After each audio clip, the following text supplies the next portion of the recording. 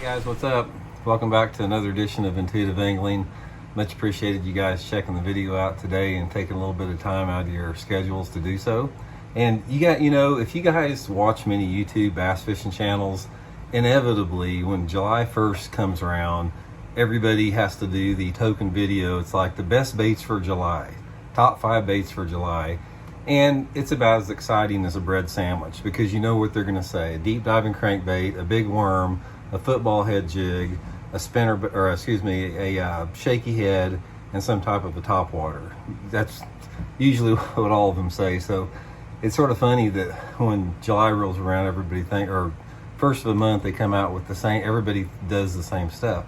So today's video, I'm going to tell you guys the worst baits that you can use in July, the ones that just suck the worst, that you don't want to waste your time on.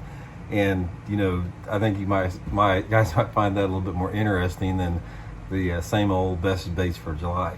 Real quick, just wanted to remind you guys, you all know that I'm working with Baitworks here in Springfield, Missouri, and if you guys are looking for any good July lures or any lures overall, it's a great way to support the channel if you use that link. Order through Baitworks. Are great people to work with. Got everything you need. Got the Blocked Old School jig back in stock there. You can get you some of them. Much appreciated with that. Okay guys, let's talk about, now of course, every time I do, there's always got to be some dude out there that's contrary to anything I say.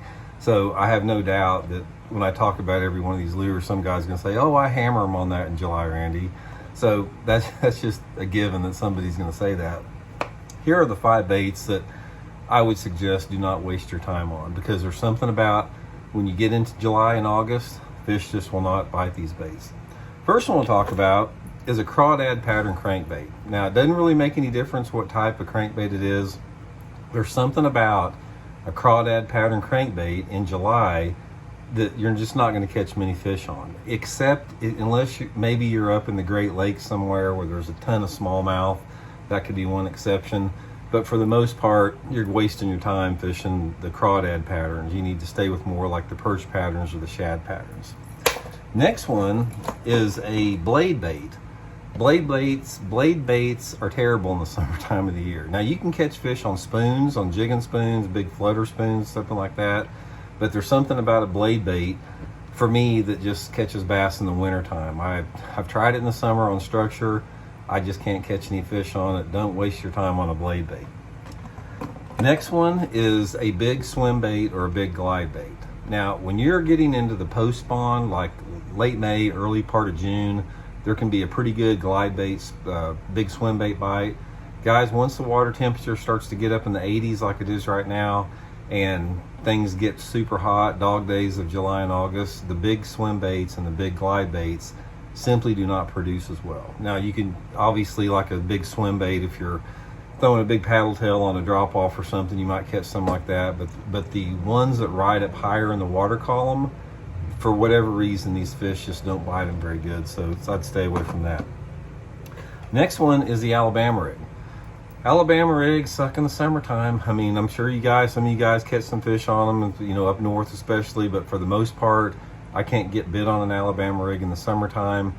For me, the Alabama rig is good from about, late October into early April. That's sort of the window from it. And it goes downhill as the months go on. So the month of July, for me, is a waste of time to fish the Alabama rig. And the last one is a big lipless crankbait. 3/4 ounce or 1 ounce lipless crankbaits that catch fish good in the springtime, a little bit cooler water. For some reason, they will not bite a big lipless crankbait very good in July. Now you can catch I've caught some good fish on like a 1/4 ounce rattle trap in the summertime of the year around shallow rocks and stuff like that. But for some reason, they will not bite a big lipless crankbait worth a darn in July. So anyway, guys, that's my 5 suckiest lures for the month of July. Crawdad pattern crankbait, a blade bait, a bigger swim bait or glide bait, big lipless crankbait, Alabama rig.